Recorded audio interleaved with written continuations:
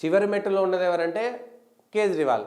ఇదే కేజ్రీవాల్ ఆమ్ ఆద్మీ పార్టీ పెట్టినప్పుడు ఒక ఛానల్కి ఇంటర్వ్యూ ఇచ్చు, నేను జీవితంలో ఏ పదవికి పోటీ చేయను, రాజకీయంగా నాకు ఎట్లాంటి అభిలాష లేదు, లోక్పాల్ చేయడం మాత్రమే నాకు ఉన్నటువంటి కోరిక, నాకేమీ లేదు, నేను జేబులో రెనాల్డ్స్ పెన్ పెట్టుకున్న, వ్యాగనార్ కారు మాత్రమే తోలుతా, నేను నెత్తికి మఫ్లర్ మాత్రమే కట్టుకుంటా, ఇట్లాంటి మాటలు చెప్పిన వ్యక్తి 6 నెలలు తిరిగేసరికి ఆయన ఎమ్మెల్యే పోటీ చేసిండు, ఆయనే ముఖ్యమంత్రి అయ్యిండు.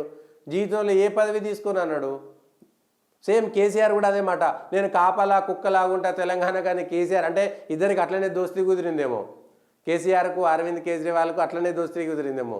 ఆయన కూడా అంతే, నేను ఏది పదవులు తీసుకోనని అరవింద్ కేజ్రీవాల్ మీడియాతో రికార్డెడ్గా ఉన్నారు ఈ మాటలు, అర్నబ్ గోస్వామితో ఇంకోరితో కూడా కాదు.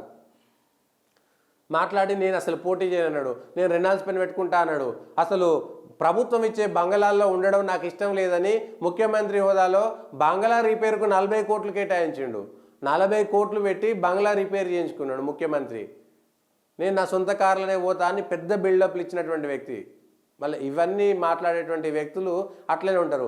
ఆఖరికి ఏంటి అవి రాజ్యసభ సీట్లు అమ్ముకున్నాడని ఆరోపణలు చేసి అయిపోయింది.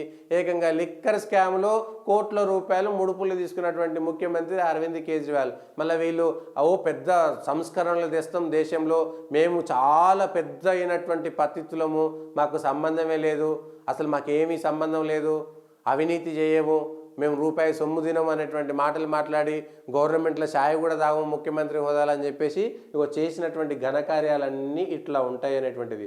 చెప్పేటి మాత్రం శ్రీరంగ నీతులు, దూరేటి మాత్రం ఇంకెక్కడనో అన్నట్టుగా వీళ్ళు చేసేటువంటి పనులు అంటే రాజకీయాలపైన విసుగొచ్చేటువంటి పరిస్థితి ఉంటుంది అనేటువంటిది ఒక్కసారి మాత్రం ఆలోచన చేయాలి, లేకపోతే లేదు.